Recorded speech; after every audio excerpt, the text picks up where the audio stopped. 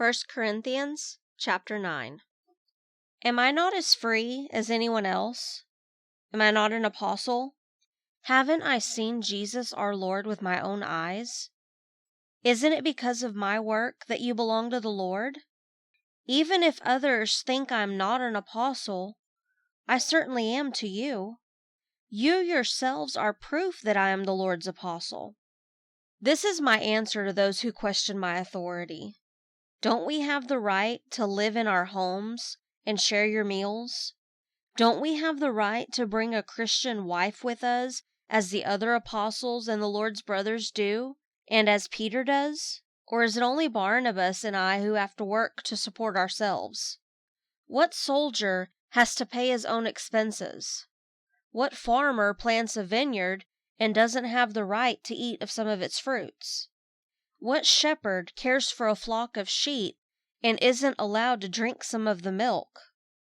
Am I expressing merely a human opinion, or does the law say the same thing? For the law of Moses says you must not muzzle an ox to keep it from eating as it treads out the grain. Was God thinking only about oxen when he said this? Wasn't he actually speaking to us? Yes, it was written for us, so that the one who plows and the one who threshes the grain might both expect a share of the harvest. Since we have planted spiritual seed among you, aren't we entitled to a harvest of physical food and drink? If you support others who preach to you, shouldn't we have an even greater right to be supported? But we have never used this right.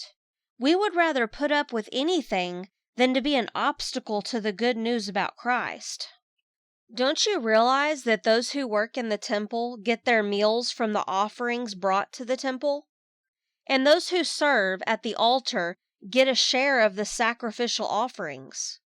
In the same way, the Lord ordered that those who preach the good news should be supported by those who benefit from it. Yet I have never used any of these rights.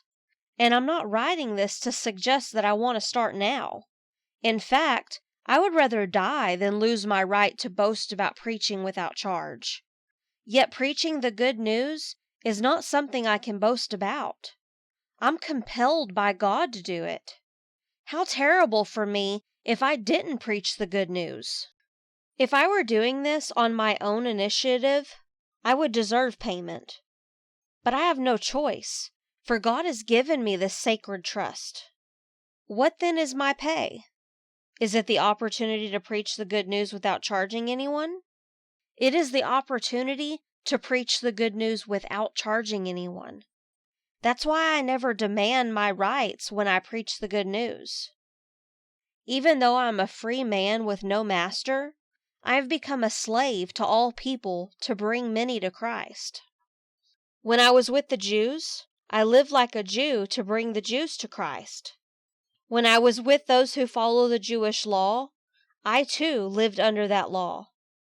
Even though I'm not subject to the law, I do this so that I could bring to Christ those who are under the law. When I'm with the Gentiles who do not follow the Jewish law, I too live apart from the law so I can bring them to Christ.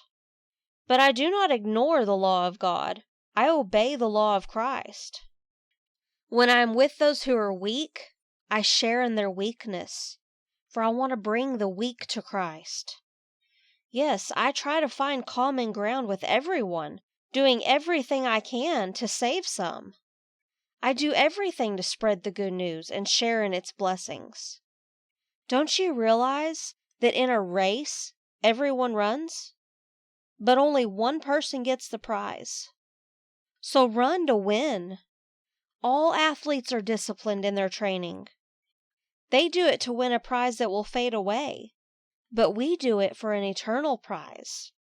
So I run with purpose in every step. I'm not just shadow boxing.